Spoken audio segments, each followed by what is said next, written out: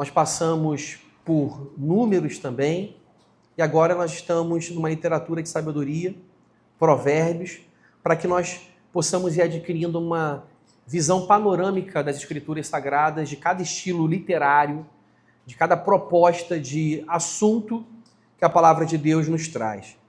Desejo que Deus fale hoje ricamente com você, com o meu coração, porque quem prega espera com expectativa que Deus lhe fale também, que Deus lhe transforme. Não estou diante de um livro que me deixa em zona de conforto, mas um livro que me confronta para que eu seja aperfeiçoado pelo Senhor. Então, eu quero que você ouça a palavra de Deus nessa manhã, sabendo que estar diante da Bíblia é estar diante de um livro que, no bom sentido, é contra nós, que nos contraria, que mostra os nossos erros, mas que tem o potencial, enquanto palavra de Deus, de gerar semente no nosso coração para mudar a nossa vida. Não há na Bíblia só o diagnóstico do erro, mas há a promessa também da cura e do remédio que vem da palavra do Senhor. Vamos ler Provérbios capítulo 1, alguns desses versículos. Diz assim: Provérbios de Salomão, filho de Davi, rei de Israel, para aprender a sabedoria e o ensino, para entender as palavras de inteligência, para obter o ensino do bom proceder, a justiça, o juízo e a equidade, para dar prudência aos simples e conhecimento e discernimento aos jovens. Que o sábio ouça e cresça em prudência, e que o instruído adquira habilidade para entender provérbios e parábolas, as palavras e os enigmas dos sábios. O temor do Senhor é o princípio do saber, mas os insensatos desprezam a sabedoria e o ensino. Meu filho, ouça o ensino de seu pai, e não despreze a instrução de sua mãe, porque serão um diadema de graça para a sua cabeça e colares para o seu pescoço. Meu filho, se os pecadores quiserem seduzir você, não consinta. Talvez eles digam: venha conosco, vamos preparar uma emboscada para matar alguém, vamos espreitar os inocentes, ainda que sem motivos. Vamos engoli-los vivos como o mundo dos mortos e inteiros como os que descem ao abismo. Acharemos todo tipo de bens preciosos, encheremos nossa casa de despojos. Junte-se a nós, teremos todos uma só bolsa. Meu filho, não se ponha a caminho com eles. Fique com os seus pés longe das suas veredas, porque os pés deles correm para o mal e se apressam a derramar sangue, pois em vão se estende a rede, se a ave estiver olhando, mas estes armam emboscadas contra o seu próprio sangue e ficam à espreita contra a própria vida. Este é o fim de todo ganancioso, e este espírito de ganância tira a vida de quem o possui. Li basicamente a metade do capítulo 1. A ênfase hoje é o versículo 7, mas eu quis ler todo o contexto para que nós possamos entrar no espírito de Provérbios. O versículo 7 fala: o temor do Senhor é o princípio do saber, mas os insensatos desprezam a sabedoria e o ensino. Vamos orar? Nosso Deus, amado Pai, fala conosco, Senhor. Fala-nos pela sabedoria divina, que nós possamos obedecer e ser conformados à vontade do Senhor e nos tornarmos sábios, Senhor. Transforma a nossa vida nessa manhã, fala ao coração de quem prega, ao coração de quem ouve, que todos nós estejamos atentos à voz do Senhor, aquilo que o Senhor pretende, quer falar conosco, porque a Tua palavra não volta para Ti mesmo vazia, mas alcança o objetivo e o propósito pelo Senhor designado. Em nome de Jesus, amém. Quando eu fiz 18 anos, estava ali alcançando simbolicamente a minha maioridade, segundo os ritos de passagem da sociedade civil e da lei, se é atribuído uma maioridade, uma responsabilidade jurídica, até penal, a quem faz 18 anos. Os sociólogos também dizem que esse número pode ser simplesmente simbólico e só um número. E parece que para algumas pessoas 18 é só um número. Ainda mais nos dias de hoje que a adolescência vai se estendendo e finalizando em tempos cada vez mais tardios. Mas é simbólico alguns marcos culturais de ritos de passagem, como os 18 anos. Havia também o rito de passagem da menina debutante com 18 anos, trocando 15 anos, trocando o ursinho pelo buquê de rosas. São símbolos rituais sociais carregados de significado e que expressam a necessidade da maioridade, do amadurecimento. Não simplesmente pela responsabilidade penal e jurídica, mas pela maturidade. Quando eu fiz 18 anos, voltando, me desconcentraram, quando eu fiz 18 anos, eu me lembro que numa pequena festa de celebração, na casa que eu fui criado, lá em Piedade, na cozinha da casa, nós estávamos ali nos confraternizando, cantando parabéns, com um bolinho, algo muito modesto. E o meu avô, ele me desejou de presente o livro de Provérbios. Eu, com os meus 18 anos, eu não tinha o entendimento da profundidade do desejo dele que hoje eu tenho. Posso olhar para as minhas tias, não. Ele me desejou o livro de Provérbios. Ele falou, meu neto, eu não tenho nada para te oferecer. Ele era pobre, um simples metalúrgico. Mas ele falou, eu te desejo a sabedoria desse livro e me desejou também longevidade, dizendo que a sabedoria e a obediência à palavra de Deus estendem os anos da nossa vida, não só em termos de cronologia, mas em termos também de profundidade qualitativa, de relacionamento com Deus e beleza de vida. Foi muito marcante isso para mim, depois de anos, pensar que esse foi o desejo do meu avô para mim. O livro de Provérbios. Esse livro é o livro bíblico da sabedoria por excelência. Nós temos 3 livros bíblicos que são chamados literariamente de sapienciais, literatura de sabedoria, que são Provérbios, Eclesiastes e Cantares, que fazem parte de um grupo maior chamado de literatura poética, que inclui também o livro de Salmos. Na verdade, Eclesiastes, Provérbios e Jó. Cantares está dentro da poesia e é claro que entra também a sabedoria. Esse livro, ele aparentemente pode parecer um amontoado de conselhos que poderiam ser dados por qualquer pessoa não cristã. É uma literatura judaica, mas muito do que se diz ali poderia ser aparentemente compartilhado por pessoas não judaicas. Porque existe muito do senso comum, da observação da sabedoria da vida. O mundo tem uma inteligência, uma ordem, a própria natureza, a construção dos fatos. Isso permite que nós construamos máximas, chamados ditados.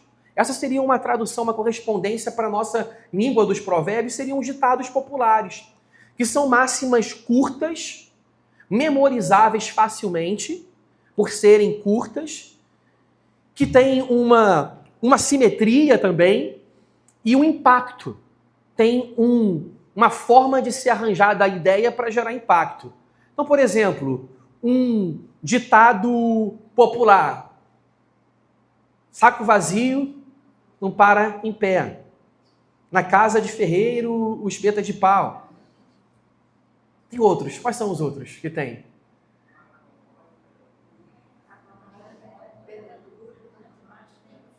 que fura.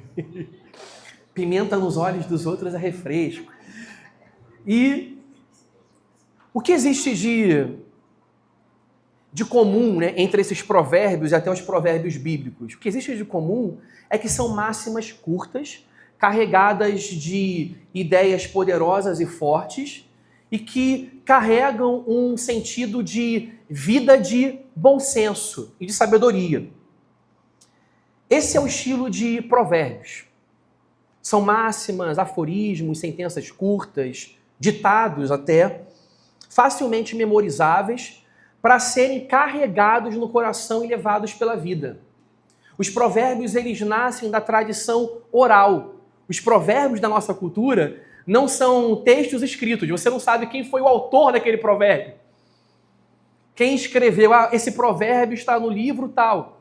Eles nascem da tradição oral. Uma pessoa vai falando para outra e isso vai se intensificando na camada cultural de um país e criando uma forma de educação que vai passando de pais para filhos. É claro que o provérbio bíblico se torna um livro, mas se torna um livro a partir da tradição oral, da fala que vai sendo transmitida de boca em boca, até isso ser massificado na cultura de um povo. Outra coisa interessante a ser dita sobre o provérbio bíblico é que o provérbio faz parte de uma intensa tradição intelectual. A gente pensando em termos de mundo ocidental, a gente pensa no direito romano, a gente pensa na filosofia grega, a gente pensa em lógica cartesiana. Mas, gente, no tempo de provérbios não tinha Roma, não tinha o direito romano, não havia já a tradição filosófica grega, mas isso era sabedoria, isso era inteligência. A gente tem a mania de considerar que o mundo dos antigos é um mundo inferior em conhecimento, porque não é um mundo tecnológico, é um mundo pré-científico, é um mundo que não tem as grandes descobertas e artefatos tecnológicos do nosso mundo.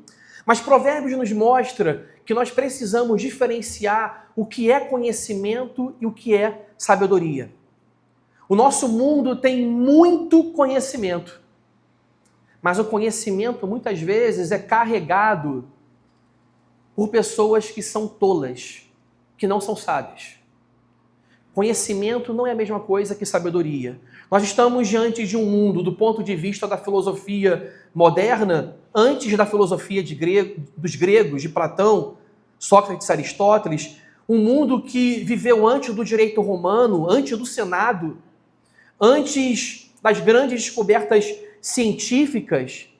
No entanto, a sabedoria, ela estava presente porque a sabedoria, ela tem atemporalidade. Na tradição judaico-cristã, a sabedoria, ela nasce de uma pessoa. A sabedoria não é só uma ideia e um conceito. A sabedoria é alguém, não é algo. A sabedoria é uma pessoa, e eu já vou falar sobre isso. Mas o ponto é, o nosso mundo, ele pode estar coberto de artefatos tecnológicos, de inteligência artificial, algoritmos. Podemos fazer expedições espaciais ao ponto de colonizar o espaço, levando satélites para vários lugares, e o homem pode ir à Lua, mas o homem continua na barbaridade da Idade das Pedras. Ele continua sanguinário, cruel, maldoso e insano.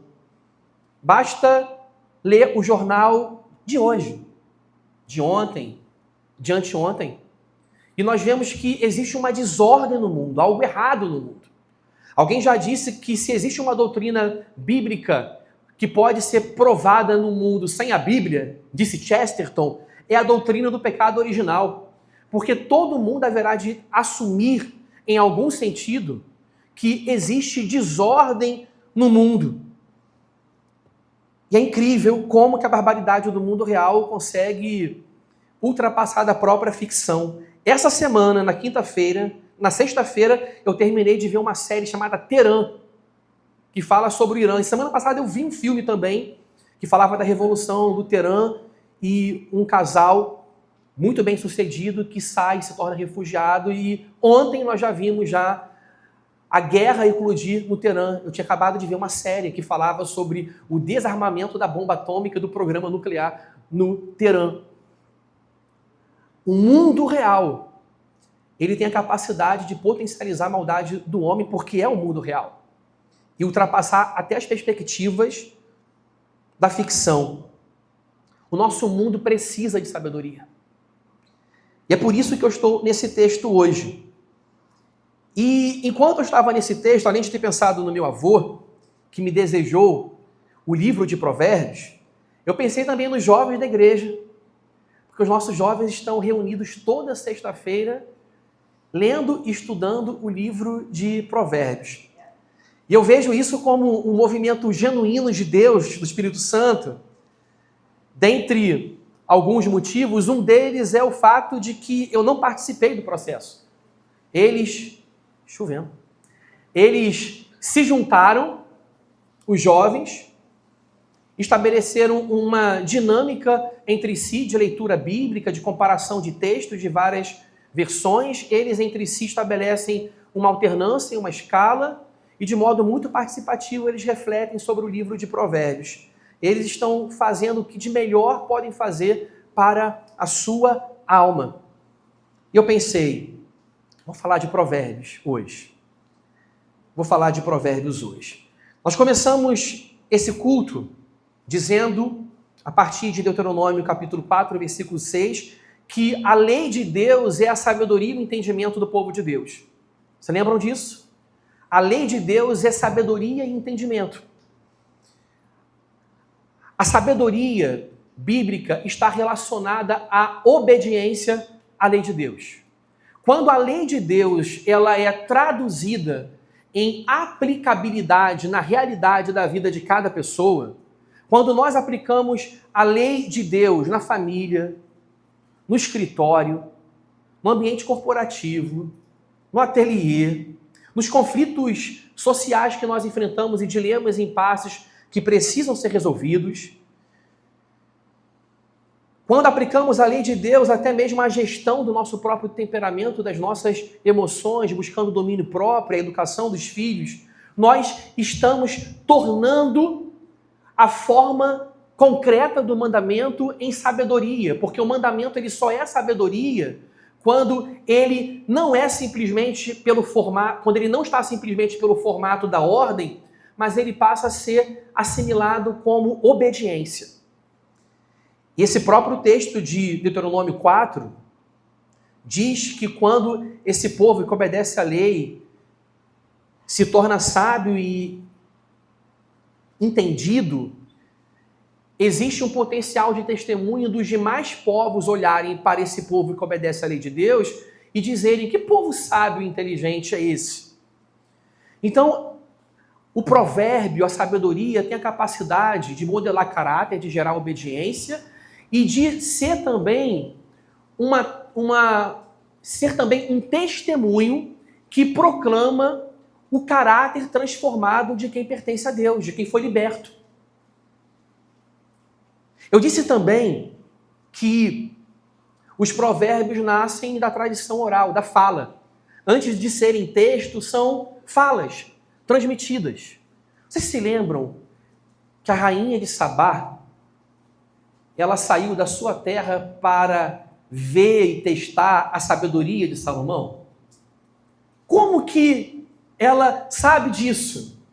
Alguns comentaristas dizem que, pelo potencial da tradição oral ir muito longe, sendo levado de boca em boca, de ouvido em ouvido, algum amontoado de sabedoria salomônica chega aos ouvidos da rainha de Sabá e ela vai até Jerusalém para ver a sabedoria de Salomão, ouvir, testar, lhe fazer perguntas difíceis, o texto diz, as quais ele é absolutamente capaz de responder todas elas, e ela diz que a sabedoria de Salomão ultrapassa a fama que chegara aos seus ouvidos. Ou seja, a sabedoria concreta era mais que a fama.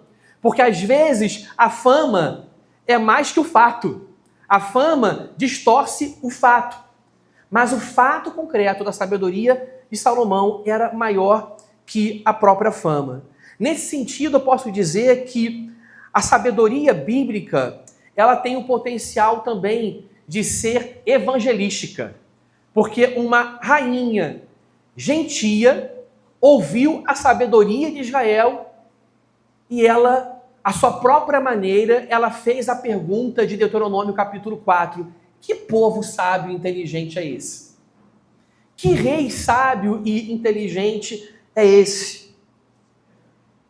E é a vida transformada, que se transforma em sabedoria, inteligência, obediência à lei de Deus, bom senso, pudor, discernimento, compreensão, caminho de vida, é essa vida transformada que se torna o grande chamariz para uma sociedade não cristã dar credibilidade à nossa fé.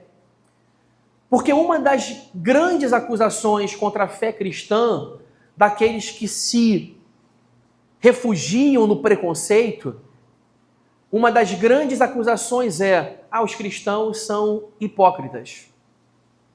Eles não vivem em conformidade àquilo que eles anunciam e creem. Mas quando nós obedecemos o mandamento do Senhor, vivemos em conformidade com a sua vontade, nós estamos distanciando o abismo entre o que Deus quer e o que nós fazemos.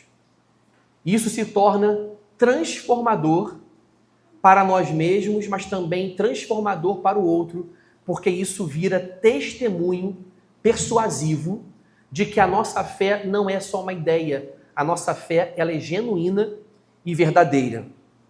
Nesse sentido, o Francis Schaeffer, ele disse que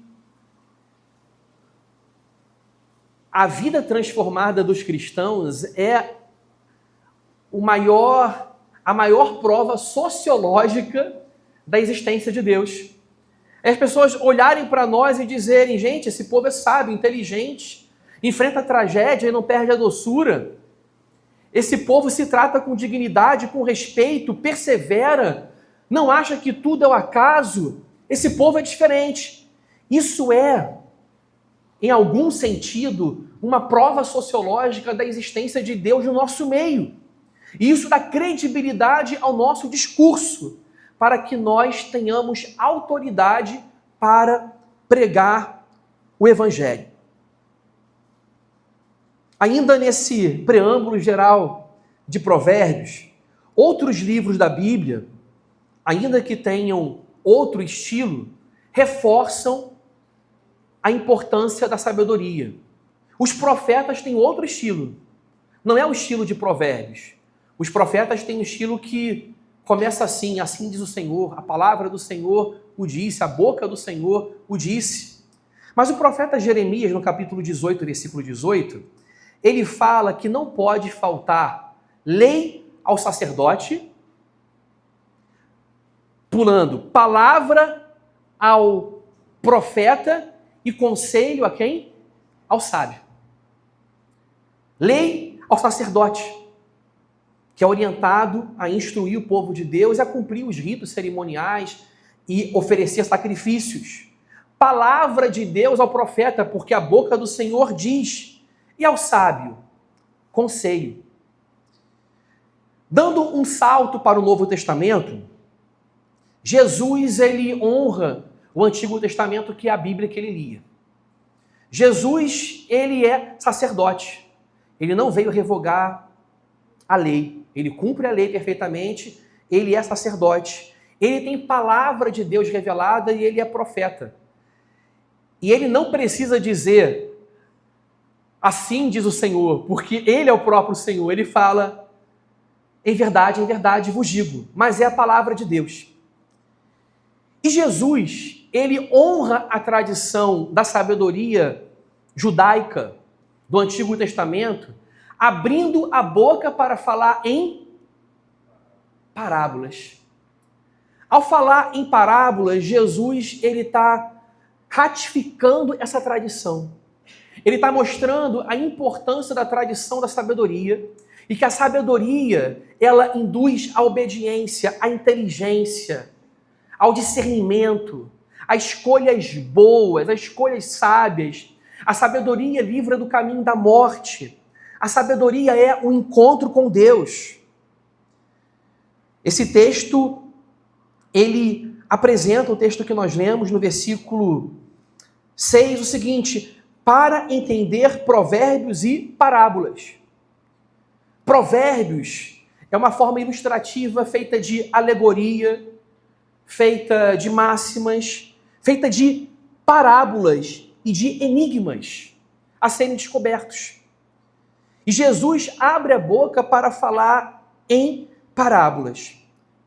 Quando nós estamos em Provérbios, nós precisamos ler Provérbios pensando em Jesus. Porque se nós lermos Provérbios sem pensar em Jesus, nós vamos ter simplesmente um amontoado e uma coletânea de máximas morais. Mas pessoas não cristãs poderiam dizer também, por exemplo, que aquele que não semeia não colhe, que o preguiçoso ele não vê o fruto do seu trabalho. É uma observação da vida, é uma constatação do bom senso. E nesse sentido, alguma camada do conhecimento de Provérbios poderia ser produzido por uma pessoa não israelita, não cristã. Mas qual é o diferencial? Versículo 7 do capítulo 1. O temor do Senhor é o princípio da sabedoria, do saber, mas os insensatos desprezam a sabedoria e o ensino. O grande diferencial de Provérbios é que ele nasce do temor ao Senhor. Quando nós temos Provérbios descritos como nascentes do temor ao Senhor, nós estamos dizendo que a sabedoria ela só pode ser praticada diante dos olhos de quem? De Deus. O temor do Senhor coloca um pecador na perspectiva de que ele está sob os olhos escrutinadores de Deus. Ele vive diante de Deus. É uma vida corandel, como diziam os teólogos antigos. É uma vida diante de Deus. E aí nós temos uma distinção radical de todas as outras formas de sabedoria e de ditos populares. Porque o nosso mundo tem a perspectiva de que pode ser sábio, inteligente e instruído sem Deus.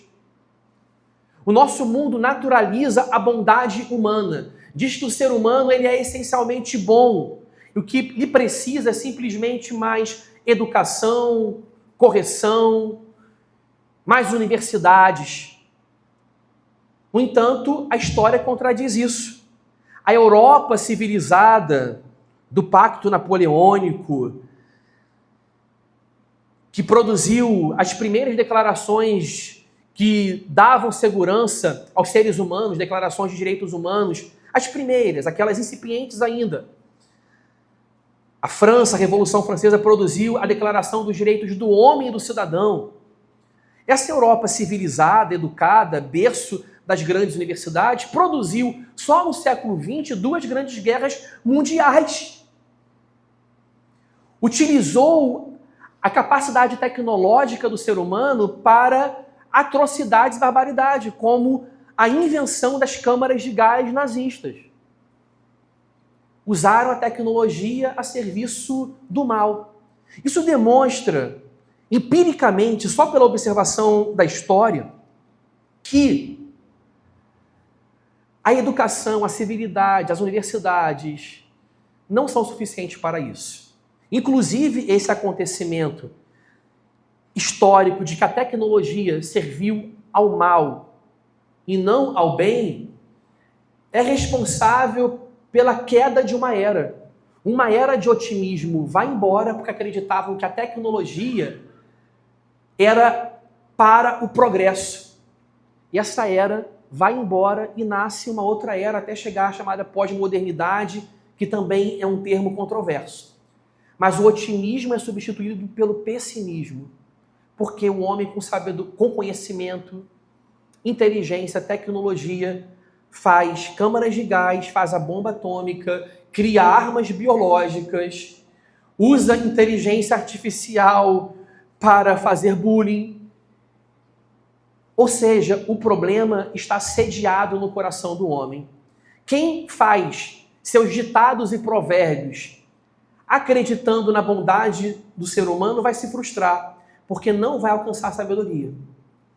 Não vai alcançar sabedoria. No entanto, Provérbios diz que o temor do Senhor é o princípio. Temor. No hebraico, não tem uma palavra para distinguir temor e medo. A língua portuguesa tem. O hebraico não tem.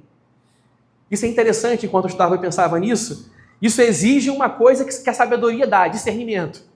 Porque eu vou ler alguns textos e eu vou perceber, está falando de medo. Eu vou ler outros textos e vou discernir, está falando de reverência e de temor. É o discernimento para me permitir optar pelo sentido a partir do contexto. Esse texto aqui diz o temor ao Senhor, reverência. É o princípio da sabedoria. Medo é quando você entra em estado de pânico e foge de alguma coisa. No medo você foge, na reverência você respeita, mas você fica. Você fica debaixo dos olhos de Deus e você tem o senso de deslumbramento diante da beleza do Senhor, admiração e maravilhamento diante da sua glória.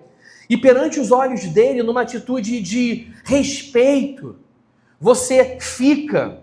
Você tem sensibilidade, você quer lhe agradar. A sabedoria está relacionada ao temor. Ou seja, quem pode ser sábio? O piedoso. Quem pode ser sábio? Aquele que conhece a Deus. Aquele que passou pelo êxodo, que saiu do Egito e atravessou o Mar Vermelho. E por que eu estou falando isso? Porque Moisés vai dizer que esse povo que tem a lei de Deus se torna um povo sábio e instruído. Mas o povo que recebe a lei de Deus, dada por Moisés, é o povo que viveu o êxodo, a libertação, que saiu do Egito. Então a ordem é essa. A ordem é libertação, é sair do Egito, é lei de Deus e sabedoria. Mas o nosso mundo quer inverter a lógica. O nosso mundo quer buscar a sabedoria para ter libertação. Mas quando o mundo busca a sabedoria para ter libertação, o mundo está buscando autossalvação. Eu vou me tornar sábio. Eu vou ter conhecimento para mudar a sociedade, para civilizar o mundo, para reformar comportamentos, para ter inteligência emocional. Eu vou conseguir com as minhas próprias forças. Provérbios vai dizer: não confie o sábio na sua própria sabedoria. Não seja sábio aos seus próprios olhos. Essa é uma diferença entre a sabedoria bíblica e a sabedoria mundana. Porque uma sabedoria diz: eu sou sábio aos meus próprios olhos. Eu consigo, eu faço, eu sou espertalhão. Já a sabedoria de Deus fala: eu não consigo, eu não posso, eu sou pecador. Eu não tenho discernimento. Por mim mesmo eu não tomo boas escolhas. Eu preciso de Deus, eu preciso de Cristo. Eu preciso do êxodo, sair do Egito para ter a lei de Deus, para ser sábio. Eu preciso de Jesus. O caminho, a verdade e a vida, a sabedoria de Deus encarnada, o verbo que se fez carne, a sabedoria eterna que se fez carne. A sabedoria de Deus, segundo o apóstolo Paulo aos Coríntios, que é mais que a sabedoria dos homens.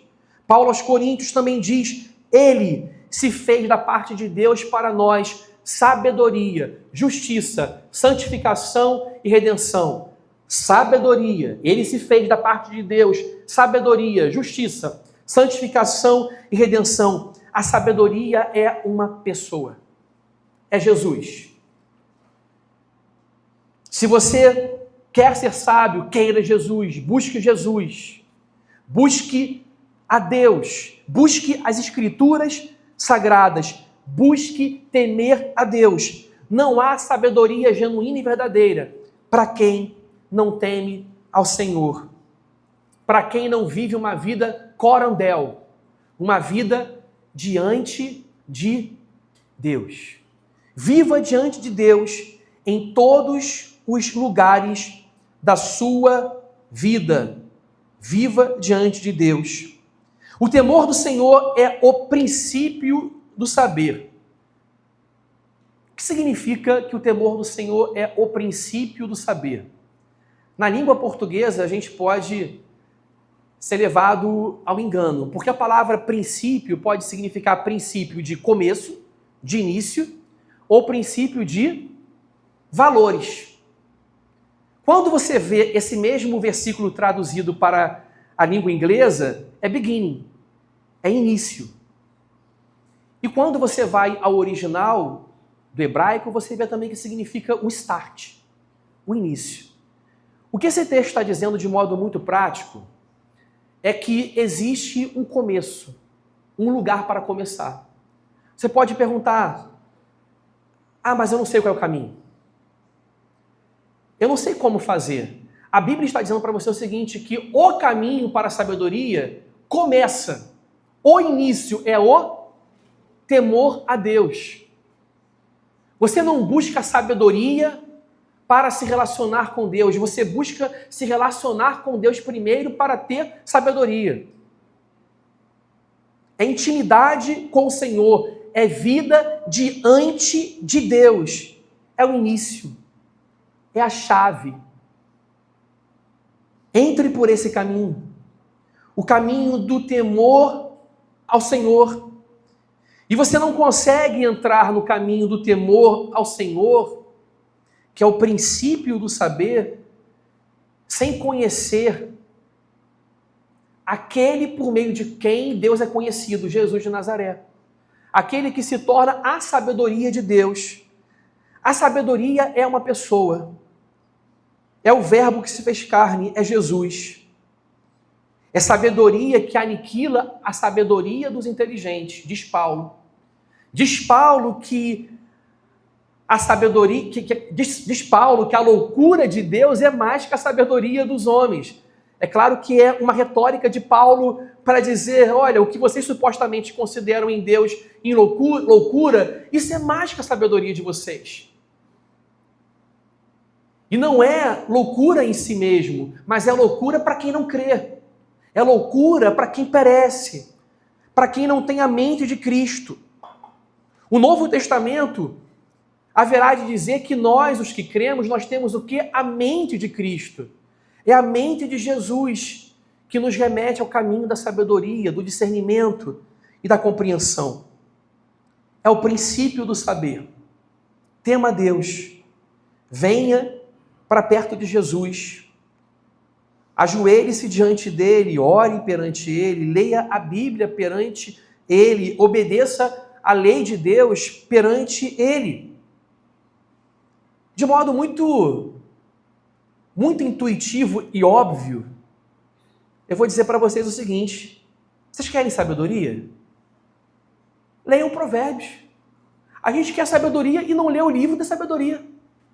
Tem sentido isso? Nós cristãos, às vezes, somos esquisitos, porque a gente tenta ser cristão sem ler a Bíblia.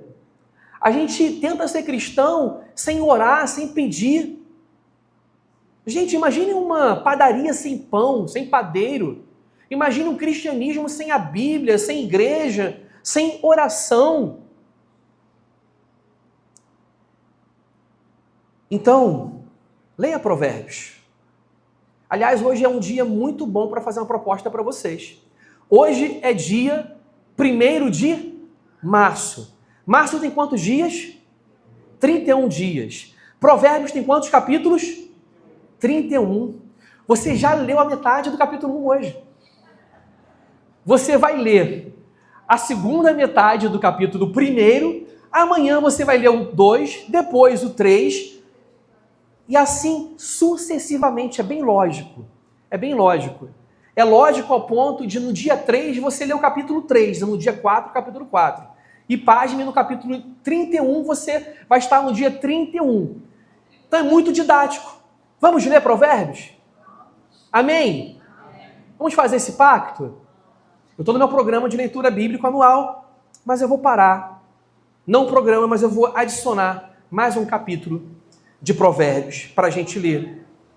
Gente, uma igreja que lê a Bíblia, que não espera uma leitura dominical e uma pregação dominical, é uma igreja que cresce e que se nutre. Imaginem vocês se alimentarem somente uma vez por semana. Se alimentem e se nutram da palavra de Deus todos os dias.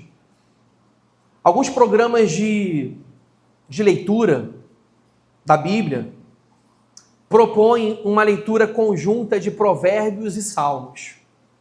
Por exemplo, o N.T. White, ele diz que se você ler 5 salmos por dia e um provérbio, não precisa ser necessariamente uma prática de todos os meses. Mas você pode, em um mês, decidir, esse mês eu farei isso. Vai ser a minha dinâmica de crescimento espiritual esse mês. Nesse mês, eu vou ler 5 salmos e um provérbio por dia. No final do mês, você terá lido os 150 salmos e os 31 provérbios. Eu já fiz isso.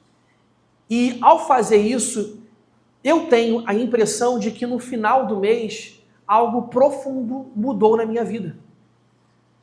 Isso não é misticismo barato. Por que eu não creria que após um mês de leitura bíblica dos salmos que mostram como adorar a Deus e orar, e dos provérbios que ensinam como viver, como eu posso pensar que isso não terá um efeito na minha vida? Isso seria descrer da palavra de Deus. E na verdade, esse não é um misticismo sobrenatural, esse é o caminho cristão comum e ordinário. Mas o ordinário da fé, ele é lindo e maravilhoso e extraordinário. Algumas pessoas adotaram essa leitura. O N.T. White, esse teólogo anglicano, adotou, e ele menciona que Billy Graham também é um que adotou essa leitura dos salmos que ensinam como adorar e orar, e os provérbios que ensinam como viver. Olha que bonito. Um livro que ensina como viver, como se portar, se comportar, discernir, escolher. Eu estou hoje só introduzindo. Você vai ler durante esse mês. Provérbios, ele tem uma estrutura literária. Isso você vai perceber na sua leitura desse mês. Tem uma estrutura literária de paralelismo. Isso é simples. Uma primeira sentença e uma segunda. Geralmente a segunda vai ser uma antítese, uma forma ao contrário de mostrar a primeira, ou pode ser um sinônimo, uma síntese da primeira. Um exemplo simples. A mulher sábia edifica a sua casa, mas a tola destrói. A primeira sentença fala sabedoria, a segunda fala a tolice. Ensina a criança o caminho que ela deve andar. E até no caminho que ela deve andar, e até quando se tornar mais velha, não se desviará. A segunda sentença complementa como síntese. O versículo 7 fala: o temor do Senhor é o princípio da sabedoria. Primeira sentença. A segunda: mas os insensatos desprezam a sabedoria e o ensino. Mostra o oposto. O lado oposto da moeda. Essa é uma característica desse tipo de literatura que vocês vão ler durante o mês e perceberão em Provérbios. Gente, Provérbios aplica o temor do Senhor em todas as áreas da vida. E vocês perceberão que Provérbios tem 2 mulheres. Essa é uma estrutura literária, um recurso muito interessante. O capítulo 7 mostra a mulher adúltera. E o pai está dizendo para o filho: não entra no caminho dela.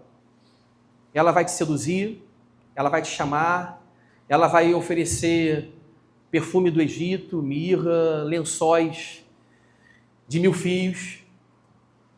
Vai dizer que o caminho é de vida, mas vai te colocar na sepultura da morte. Mas o capítulo 8 mostra outra mulher. A mulher sabedoria. A mulher que chama para a vida. A sabedoria no livro de Provérbios é uma personificação feminina, mostrando a mulher sabedoria gritando das praças e oferecendo a todo o mundo a sabedoria. Antes que alguém possa dizer, olha o quanto isso é patriarcal, o homem também adultera, e Provérbios fala da mulher adúltera. Preste atenção, que Provérbios fala da mulher adúltera, mas quando fala da sabedoria, não fala de homem, fala de mulher. Mostra uma personificação feminina. Em outras palavras, homens e mulheres pecam, nós podemos ter modelos positivos e negativos, tanto masculinos quanto femininos. Provérbios fala de pai, mas fala de mãe. E Provérbios fala da sabedoria como mulher, honrando a sabedoria na forma feminina, mas mostra também o caminho alternativo. De um lado, a mulher adúltera e legítima, do outro, a mulher legítima, fiel à sabedoria. Provérbios está nos chamando o tempo inteiro para decidir, para tomar escolhas.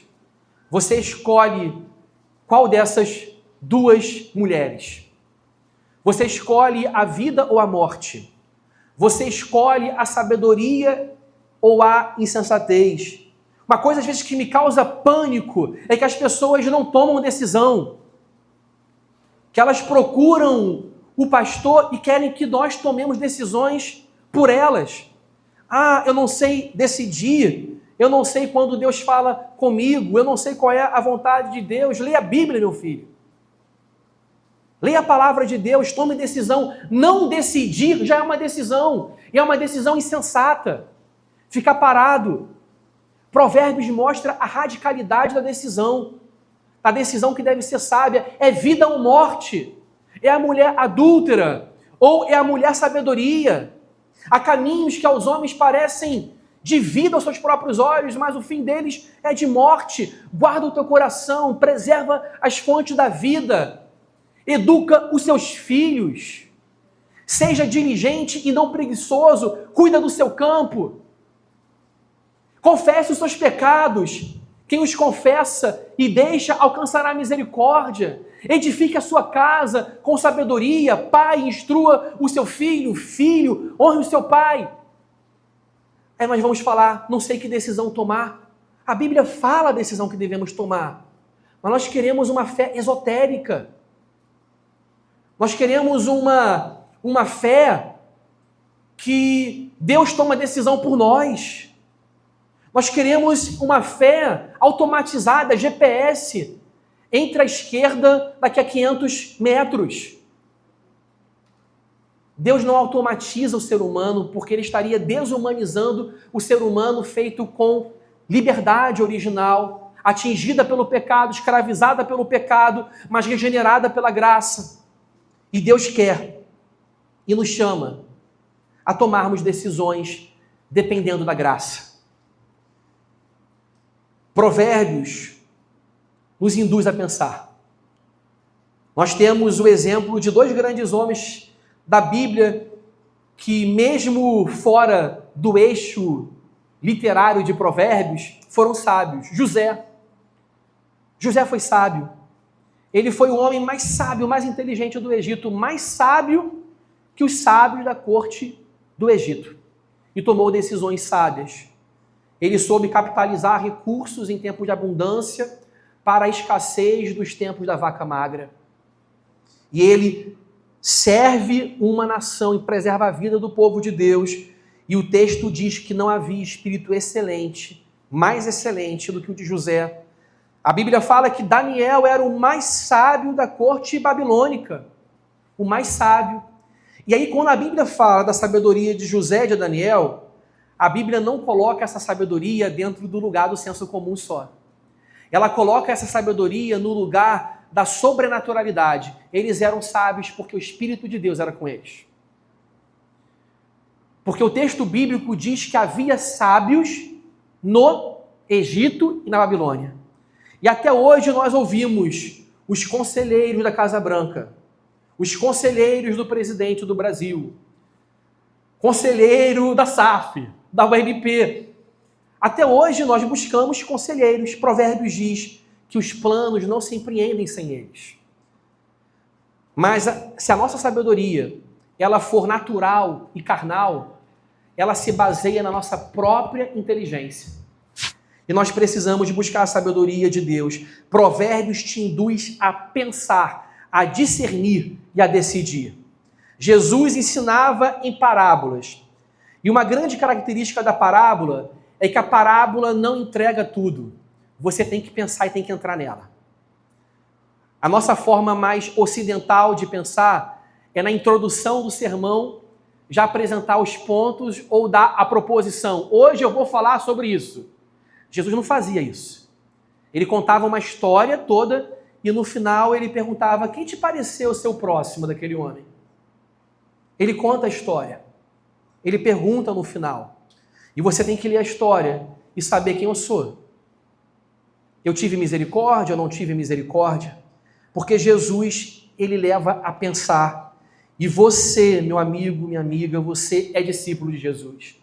E crer também é pensar. Você não tem direito de decidir ser cristão e ser preguiçoso no pensar. É uma coisa ou outra. Ou você é cristão ou você é preguiçoso no pensar. Crer também é pensar. Não dá para ser cristão e não pensar. O cristão pensa, porque o cristão ele tem a mente de Cristo. O cristão pensa porque a primeira exigência no anúncio do Evangelho de Jesus para ser discípulo dele é: arrependei-vos, porque é chegado entre vós o reino dos céus. E sabe o que é arrependimento? Mudança de mente. Então Jesus está dizendo o seguinte: quer ser cristão? Quer entrar no meu reino? Mude a mente. Comece a pensar. Ser cristão não é deixar a mente do lado de fora.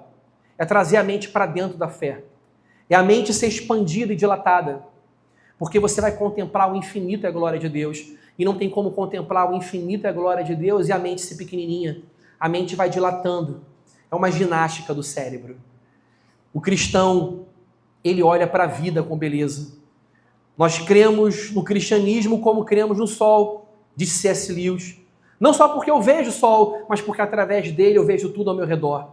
Quando você vê a sabedoria divina que é como o sol da manhã, pela sabedoria divina que é o sol, você enxerga a vida.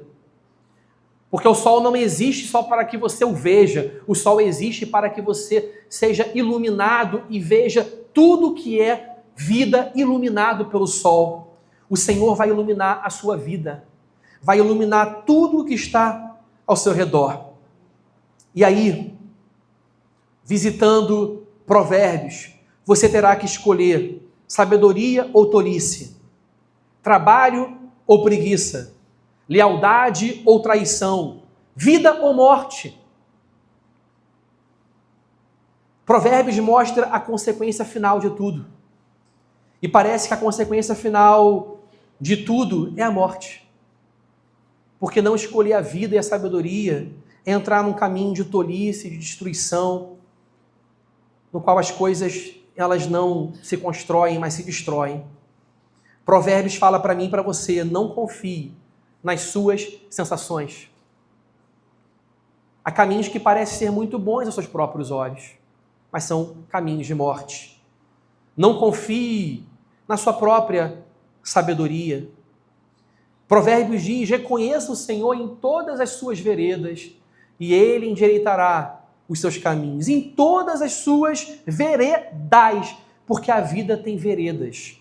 Tem a vereda da sua empresa, da educação familiar, a vereda do lazer, da sua saúde mental, da sua vida acadêmica, do seu namoro, do seu ministério. Reconheça o Senhor em todos os seus caminhos e Ele endireitará. Reconheça o Senhor em todos os seus caminhos e Ele endireitará as suas veredas. Faça isso. Guarda o teu coração. Você vai entrar em ambientes sedutores que vão querer te capturar. Olha o que diz o primeiro capítulo de Provérbios, eu li no início. Meu filho, se os pecadores quiserem seduzir você, não consinta. Os pecadores querem seduzir. Olha a proposta, vem conosco. Vamos preparar uma emboscada, entra para a gangue. Vamos matar alguém, vamos espreitar os inocentes. Ainda que sem motivos, é divertido fazer o mal. Vamos engoli-los vivos, como o mundo dos mortos. E a proposta vem. E no final falam a seguinte coisa: junte-se a nós, teremos todos uma só bolsa, a gente vai dividir. A gente vai roubar o banco, a gente vai dividir tudo no final. Se eles quiserem te seduzir, não consinta. E como você se preserva primeiramente? Eu falei isso semana passada. O pecado mais perigoso não é do outro, mas é o seu. O pecado que nasce de dentro. É ser traído pela própria cobiça. Então o Provérbios diz: guarda o Senhor, guarda o teu coração, porque dele procedem as fontes da vida. Guarda o teu coração. Invista na integridade, na robustez do temor, na vida piedosa. Guarda o teu coração, porque dele procedem as fontes da vida. E um coração não guardado é uma vida desprotegida. Provérbios diz: se arrependa dos seus pecados. Vai dizer: aquele que confessa os seus pecados e os deixa, alcançará misericórdia. E esse é um componente da sabedoria bíblica que não tem na sabedoria do mundo, porque o mundo não enxerga esse conceito, pecado. O mundo acha que pode ser sábio aos próprios olhos. Provérbios vai dizer: abandona o pecado. Não encubra o seu pecado. Se você encobrir, você não vai prosperar. Provérbios sinaliza o tempo inteiro consequências. A consequência de um pecado não confessado, a consequência de se deitar na cama de uma mulher adúltera e cair na sepultura, de escolher o caminho da morte e não da vida, a consequência de não educar um filho. Se você educá-lo, você está fazendo bem para ele. Se você não educá-lo, você está entregando ele ao seu próprio coração. A consequência de trabalhar. Se você trabalhar, você vai colher. Se você trabalhar, você vai ver os frutos do seu trabalho. Se você não trabalhar, Provérbios é bem-humorado. Tem um humor bem inteligente. E um humor que não é ácido. Provérbios fala que o preguiçoso tem preguiça de levar a colher até a boca. Ele vê o leão e não corre. Então, mas não é aquele humor feio, sujo. É um humor sofisticado, inteligente, de gente que anda com Deus, que sabe do que ri. Porque até o nosso riso tem que ser um riso santificado pelo Senhor. Não é o riso da mesa dos escarnecedores. Provérbios diz: tem consequência para tudo, meu filho. Tome decisões, escolha a vida, viva diante do Senhor, tema o Senhor. O temor do Senhor é o princípio da sabedoria. Eu termino aqui te dando mais uma boa notícia. Uma boa notícia, acho que houve várias, mas uma boa notícia prática é: o começo da sabedoria é o temor a Deus. Então a Bíblia diz por onde você deve começar. Isso é muito bom, porque é um norte prático. O Novo Testamento, o livro de Tiago, é um livro de sabedoria, uma epístola que segue um estilo proverbial de sabedoria. E Tiago, ele vai dizer algo muito consolador. Ele fala o seguinte: aquele que quer sabedoria, pede a Deus, porque Ele dá liberalmente. A gente pede a Deus um monte de coisas que a gente não sabe se Deus quer nos dar. E a gente deixa de pedir a Deus o que Ele antecipadamente já revelou que Ele haverá de dar se nós o pedirmos. É incrível como a gente quer sabedoria e não lê Provérbios. É incrível como a gente quer sabedoria e não pede. O meu desafio é: tema Deus, de modo prático, leia Provérbios. Meu desafio também a você é peça. Peça a Deus. Salomão teve uma experiência fantástica com Deus, extraordinária e dramática, na qual Deus aparece não como o gênio da lâmpada mágica, dando 3 pedidos, mas Deus, ele fala para Salomão, ele alarga os horizontes da liberdade e fala para Salomão, Salomão, peça o que você quiser. Salomão pede o quê? Pede sabedoria. E o próprio Deus elogia a escolha de Salomão e diz, Salomão, por que você não escolheu vitória sobre os seus inimigos, poder bélico, táticas militares, mas sabedoria? Até o que você não pediu vai te ser dado, estratégia. Por que você não pediu riqueza? Até o que você não pediu vai te ser dado, porque a sabedoria é um caminho também para florescimento, para prosperidade, é um caminho para inteligência. Ele pede sabedoria a Deus, Salomão. E o bonito é que a escolha de Salomão foi elogiada por quem? Por Deus. Já pensou em tomar uma decisão hoje que vai ser elogiada por Deus? Às vezes a gente lê a Bíblia de uma forma tão distante. Já pensou? Já, né? Porque isso é verdade. Eu e você vamos sair daqui hoje pedindo a Deus sabedoria. Em nome de Jesus. E que Deus nos torne sábios, para que o mundo pergunte, que povo é esse? Sábio e inteligente. Vamos orar? Vamos ficar de pé. Vamos orar ao Senhor. Eu tenho uma proposta para você agora. Deus falou para Salomão, Salomão, escolhe o que você quiser. Salomão pediu sabedoria. Então agora você não vai pedir nada, você não vai ter esse direito agora. Agora, nós temos um precedente bíblico para isso, não temos? Então agora a gente não vai pedir nada a Deus. Exceto o quê? Sabedoria. É estranho se a gente não valoriza isso. Vamos orar, pedir para minha tia Lília, daqui à frente, fazer essa oração junto com o povo de Deus.